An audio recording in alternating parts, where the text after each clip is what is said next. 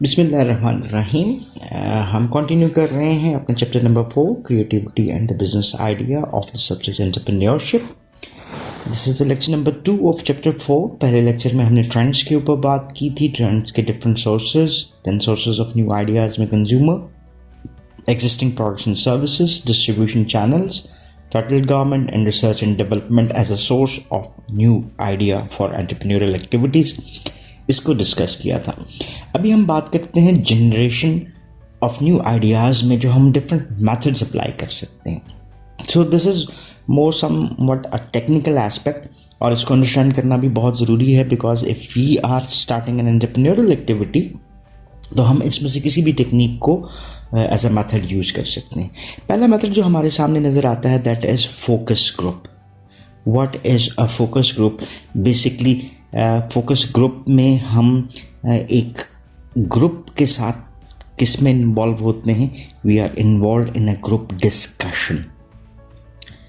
ठीक है, इसमें डिफरेंट रोल्स आपको प्ले करने पड़ते हैं। जैसे एक मॉडरेटर होता है, एक मॉडरेटर लीड कर रहा होता है बेसिकली ग्रुप को। ये ग्रुप कंसिस्ट करता है 8 to 14 पीपल, यानी 8 से लेकर 14 तक पार्टिसिपेंट्स इसमें हो सकते हैं।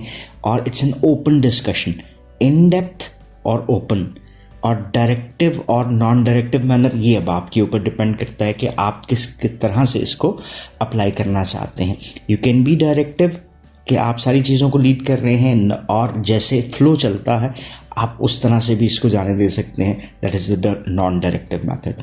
बुनियादी तौर पे अगर हम इसकी फर्दर अंडरस्टैंडिंग लेना चाहते हैं तो रिसर्च मेथड्स में एक आपको इसका डिटेल भी मिल जाती है और किस तरह से फोकस ग्रुप को हम अप्लाई कर सकते हैं। So this is an excellent method for generating and screening ideas and concepts.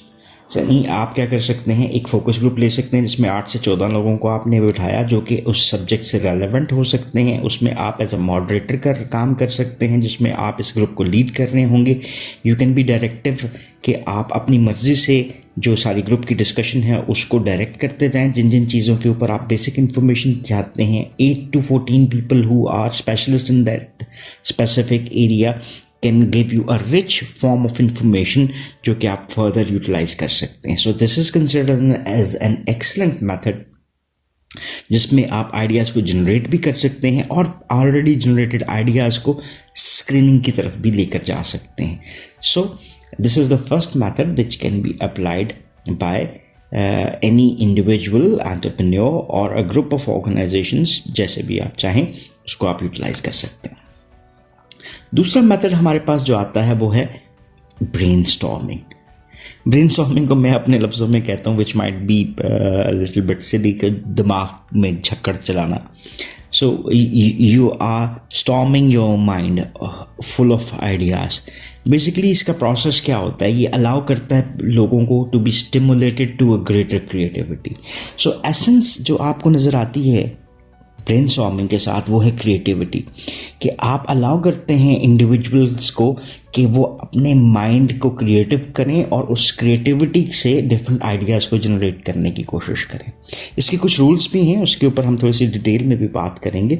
Good ideas emerge when the brainstorming efforts focuses on a specific product और अ मार्केट एरिया। अब जो हम इसको specific to the entrepreneurial idea generation बात कर रहे हैं, तो जब आप इसको लिंक कर देते हैं किसके साथ, एक स्पेसिफिक प्रोडक्ट के साथ या स्पेसिफिक मार्केट एरिया के साथ, तो ये आपकी जो ब्रेनस्टॉर्मिंग एक्टिविटी है that is more focused on a specific area, जिसकी वजह से आप जो मकसद हासिल करना चाह रहे हैं उसमें ज़्यादा आसानी भी ले सकते हैं। रूल्स ऑफ ब्रेनस्टॉर्मिंग क्या है? पहला रूल है कि क्रिटिसिज्म नहीं होगा। दूसरा, फ्री विलिंग को इनकरेज किया जाएगा। ये क्या होती है इसको भी अंडरस्टैंड करते हैं। तीसरा रूल ये है कि क्वांटिटी ऑफ आइडियाज़ जो हैं वो डिज़ायर की जाती है। और चौथी चीज़ है combinations and improvements of ideas को भी इनकरेज किया जाता है। सो इसको थोड़ा सा डिटेल में अंडरस्टैंड करने की कोशिश करते हैं। मेथड्स ऑफ जनरेटिंग आइडियाज़ में हमने पहले फोकस ग्रुप को देख लिया। अभी हम बात कर रहे थे ब्रेनस्टॉर्मिंग के ऊपर, और ब्रेनस्टॉर्मिंग के बेसिक मेथड को तो हमने देख लिया। It's a group method for obtaining new ideas and solutions. अभी हम डायरेक्टली यहाँ पर जंप करते हैं कि ये जो हमने 4 डिफरेंट जो इसके रूल्स पढ़े हैं, पहला, no criticism is allowed by anyone. So ये मैं एक ब्रेनस्टॉर्मिंग सेशन बना रहा हूँ, ये जी हमारे पास ये 9 लोग बैठे हुए हैं, ठीक है, ये 1-1 को आप एक बंदा कंसिडर कर लें जी, बंदा आप ऐसे भी बना सकते हैं, कोई मसले वाली बात नहीं है। सो ये तमाम लोग हैं। So 1 will create some idea, 2nd, 3rd, और इसी तरह से सब लोग आइडियाज़ क्रिएट करेंगे and then they are going to share these ideas. ये जो शेयरिंग है, तो मुझे तो हंसी भी आ सकती है, मैं तो समझता हूँ कि यार ये तो बड़ा बेवकूफ़ वाला किस्म का idea. No, it is not allowed, because आप क्रिटिसिज्म नहीं कर सकते। सो ये एक बंदा दूसरे पे क्रिटिसिज्म नहीं कर सकता, ये इस पे या ये इस पे क्रिटिसिज्म नहीं कर सकता, और ना ही कमेंट्स दे सकता है। So no negative comments are allowed. ये इसका पहला रूल होता है। दूसरा रूल है free willing is encourage. Free willing हम इसको कह रहे हैं कि आप जिस एस्पेक्ट में भी मूव करना चाहें आप मूव कर सकते हैं, और इसके लिए कहा जाता है कि the wilder is the idea the better it is, because you want to enhance one thing जो इस इंडिविजुअल में है, वो क्या है, दैट इज क्रिएटिविटी। सो आप उसकी क्रिएटिविटी को इन्हेंस करना चाहते हैं। So one can move either way. The more wilder the idea will be, the better it will be considered for this whole brainstorming process. तीसरी चीज़ है quantity of ideas is desired. Quantity से क्या मुराद है? That is more number of ideas. The greater the number of ideas are, the greater the likelihood of the emergence of the useful ideas. Basically ये एक method है जहाँ पे हम raw ideas create कर रहे हैं। उस आइडियाज़ को हम फर्दर किसी भी मेथड को अप्लाई करते हुए फर्दर रिफाइनमेंट की तरफ लेकर जा सकते हैं। There is no restriction upon it. लेकिन इसी कॉन्टेक्स्ट में ये किया जाता है कि ब्रेनस्टॉर्मिंग का यूजफुलनेस हम तब हासिल कर सकते हैं जब हमारे पास क्वांटिटी ऑफ आइडियाज़ डेवलप होंगे। जितने ज़्यादा आइडियाज़ नंबर में डेवलप होते हैं उतने ही ज़्यादा हमारे इस सारे प्रोसेस के बेनिफिशियल होने के चांसेस भी इंक्रीज हो सकते हैं। Then combination and improvements of ideas are encouraged. First thing, combination of ideas, यानी हम क्या कर रहे हैं, हम ideas को इकट्ठा कर रहे हैं। So if a person brings a combination of different ideas, that is more useful, or improvements of the ideas is also encouraged. जैसे for instance हम कहते हैं ideas of others can be used to produce still another new idea.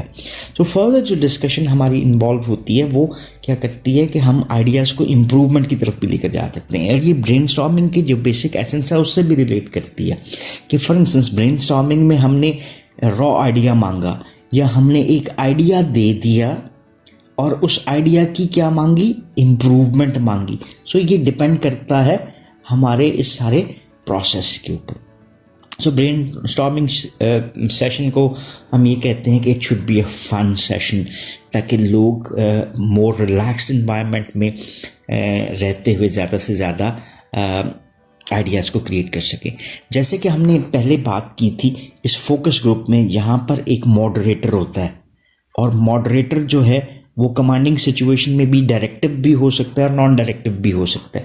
लेकिन brainstorming जो है, no one dominating और inhibiting the discussion. सो यहाँ पर ये एक फ्री एज मिल जाती है कि जो लोग इस ब्रेनस्टॉर्मिंग के सेशन में इन्वॉल्व किए गए हैं उसके ऊपर रिस्ट्रिक्शंस नहीं हैं, उनको कोई इनहिबिट नहीं कर रहा होता, उनको कोई डोमिनेट नहीं कर रहा होता।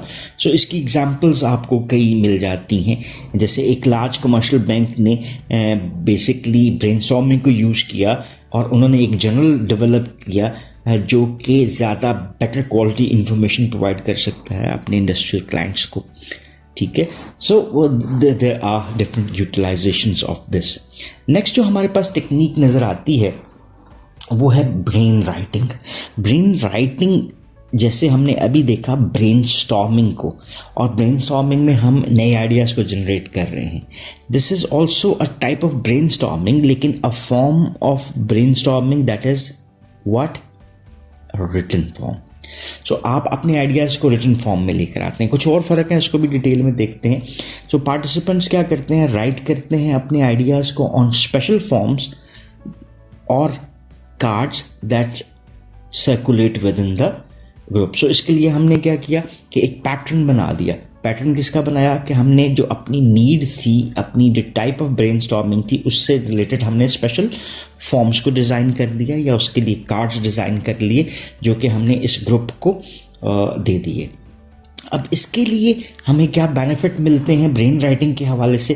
This is somewhat a little bit different than the brainstorming, क्योंकि वहाँ पर all people are present in the scenario और वो इंस्टेंटली आपको प्रोड्यूस करते हुए नज़र आते हैं आइडियाज़। लेकिन ब्रेन राइटिंग इंस्टेंटली की बजाय आपको टाइम ज़्यादा देती है। सो रिटन ब्रेनस्टॉर्मिंग में बेसिकली आप क्या कर सकते हैं, you can take more time to write down the generation of your ideas by any individual or a group of people. That was basically introduced by Bernard Roberts at the end of the 1960s under the named Method 365. अब participants ने क्या किया, write down किया अपने ideas को on special forms और cords that circulated within the group which usually consist of 6 members. तो यहाँ पर एक और चीज़ हमें एडिशनल इंफॉर्मेशन में आ रही है कि almost 6 members can be included. Each group member जो है वो जनरेट करता है और राइट डाउन करता है at least 3 ideas during a 5-minute period. The form is passed on two adjacent person who rights down 3 new ideas and so on until each form has passed all participants. So a leader monitors the time intervals and can reduce or lengthen the time given to the participants according to the need of the group. So यहाँ पर हमारे पास एक brainstorming से निस्बतन ज़्यादा time भी आ गया और participants can also be spread geographically with the sheets rotated electronically. So एक freedom भी आपको आ गया कि आप के लिए presence का होना ज़रूरी नहीं है। So that is one method जिसको हमने क्या कहा, that is brain writing. तीसरा मेथड जो हमारे पास, फोर्थ मेथड जो हमारे पास आता है of generating new ideas is problem inventory analysis. ये बहुत इंटरेस्टिंग भी है कि यहाँ पे आप कंज्यूमर्स को प्रोवाइड करते हैं with a list of problems and are asked to identify products that have those problems, और फिर results must be carefully evaluated as they may not actually reflect a new business opportunity. तो इसको थोड़ा सा detail में समझते हैं कि ये हम है क्या प्रॉब्लम इन्वेंट्री।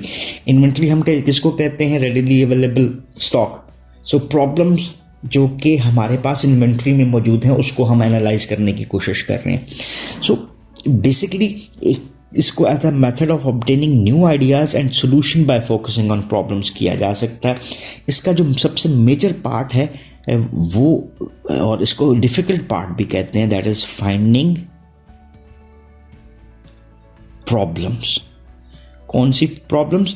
जो कि आपको एग्जिस्टिंग प्रोडक्ट्स में नज़र आती हैं या ग्रुप ऑफ प्रोडक्ट्स में नज़र आती हैं। Instead of generating new ideas कि हम लोगों से लें, consumers in the groups are provided with a list of problems in a general product category. They are then asked to identify and discuss products in the category that have the particular problem. So देखो क्या किया गया कि हमने बजाय इसके कि उनसे नई प्रोडक्ट का आइडिया लें, हमने एक ग्रुप ऑफ प्रोडक्ट्स को ले लिया, ठीक है, जनरल प्रोडक्ट कैटेगरी को ले लिया, और फिर हमने कहा कि वो प्रॉब्लम्स को आइडेंटिफाई करें इन प्रॉब्लम्स के हवाले से उन प्रोडक्ट्स को आइडेंटिफाई करें जिनमें ये चीज़ें मौजूद है। So this method can be used often as an effective one since it is easier to relate known products to the suggested problems and arrive at a new product idea than to generate an entirely new product idea by itself. इसको थोड़ा सा मैं explain करता हूँ। For instance मैं कहता हूँ bike, riding a bike that is of 70 cc। सो ये बाइक में हमने प्रोडक्ट को नहीं लिया, जैसे होंडा CD70 है या यूनाइटेड या मेट्रो वटेवर, लेकिन हमने बाइक की कैटेगरी को ले लिया 70 cc की। अब 70 cc की बाइक से रिलेटेड प्रॉब्लम्स को मैंने आइडेंटिफाई किया और मैंने कहा कि ये प्रॉब्लम्स होती हैं जब हम 70 cc पे ट्रैवल कर रहे हैं। So which products has these problems. अब जब वो प्रॉब्लम्स हमारे सामने आती हैं तो वो प्रॉब्लम की इन्वेंट्री बन जाती है। वो इन्वेंट्री एनालिसिस को हम टेस्ट करने के लिए यूज़ कर सकते हैं for new product idea. For instance, ये प्रॉब्लम इसमें है, so these are the problems which are of more importance for the consumer. अब इन प्रॉब्लम्स को अगर हम क्या करते हैं, इरेडिकेट करके एक नई प्रोडक्ट बनाते हैं, तो which will be more accepted product in the market. So ये देखिए ना, बेसिकली हमारे लिए एक सिनेरियो जनरेट हुआ जिसमें हमारे लिए इन प्रॉब्लम्स के सोल्यूशन की बेस बनाते हुए एक नई प्रोडक्ट सामने आ सकती है। सो इसकी एग्जांपल को भी एक देख लेते हैं हम इन द फूड इंडस्ट्री, जिसको टेबल 4.2 में बताया गया। फिर इसके बाद इससे आगे चलेंगे, जैसे प्रॉब्लम इन्वेंट्री एनालिसिस। जैसे फूड से रिलेटेड प्रोडक्ट्स में आपको कैटेगरीज ऑफ प्रॉब्लम क्या नज़र आ रही हैं, जैसे ये साइकोलॉजिकल प्रॉब्लम हो सकती हैं, सेंसरी प्रॉब्लम्स हो सकती हैं, एक्टिविटीज़ से, बाइंग यूजेज से, साइकोलॉजिकल और सोशल एस्पेक्ट में। जैसे साइकोलॉजिकल के हवाले से अगर हम बात करते हैं तो जैसे जी उसने डिफरेंट कैटेगरीज दे दी, weight, hunger, thirst, health. Sensory के हवाले से टेस्ट, अपीयरेंस। जैसे टेस्ट में देखें उसने कैटेगरीज बना दी, बिटर, ब्लैंड, साल्टी। अपीयरेंस कैसी, कलर में, अनएपेटाइजिंग, शेप, कंसिस्टेंसी, टेक्सचर। इसी तरह से एक्टिविटीज़ में meal planning, storage, preparation, cooking, cleaning. और बाइंग यूजेज में कि आप की पोर्टेबिलिटी क्या है, पोर्शंस क्या हैं, अवेलेबिलिटी क्या है, स्पॉइलेज क्या है, कॉस्ट। और इसी तरह से सोशल एस्पेक्ट में सर्व टू कंपनी, ईटिंग अलोन और self image. So these were the different types of problems जो कि उन्होंने एसोसिएट की, और इन प्रॉब्लम्स के कॉन्टेक्स्ट में वो प्रोडक्ट्स विच हैव फ्यू, उसको उन्होंने वहाँ से क्लैरिफाई करवाया कंज्यूमर से। सो इस एग्जाम्पल के हवाले से further, one of the most difficult problems in this example was in developing an exhaustive list of problems such as जैसे weight, taste, appearance and cost. Once a complete list of problems is developed, individuals can usually associate products with the problems. So results आपको क्या नज़र आते हैं from product inventory analysis कि जो आपने as an outcome यहाँ से लिया है उसको विद केयर इवेलुएट करने की ज़रूरत है। बिकॉज जो आपके पास इंफॉर्मेशन आ रही है वो हो सकता है आपको कोई नई बिजनेस अपॉर्चुनिटी ना दे। जैसे एक एग्जांपल है, ये बहुत ज़रूरी है इसको अंडरस्टैंड करना कि General Foods introduction of a compact cereal box in response to the problems that the available boxes did not fit well on the shelf. अब देखिए जी, उन्होंने ये कहा कि जी ये cereal का बॉक्स उनसे शेल्फ के ऊपर पूरा नहीं आता, लेकिन इसकी बेस के ऊपर जब कंपनी ने उसके साइज़ को चेंज कर दिया, लेकिन वो साइज़ इतना इम्पॉर्टेंट है ही नहीं था कंज्यूमर की बाइंग परचेजिंग डिसीजंस के ऊपर। सो as the problem of package size had little effect on actual purchasing behavior of the consumer. To ensure the best results, problem inventory analysis should be used primarily to identify product ideas for further evaluation. Most important चीज़ आपको क्या नज़र आई? Further evaluation.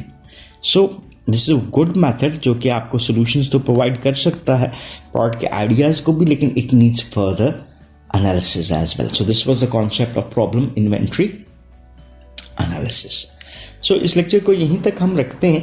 हमने जो इस वाला lecture था इसमें हमने बात की कि मेथड्स क्या यूज़ किए जा सकते हैं ऑफ जनरेटिंग न्यू आइडियाज़।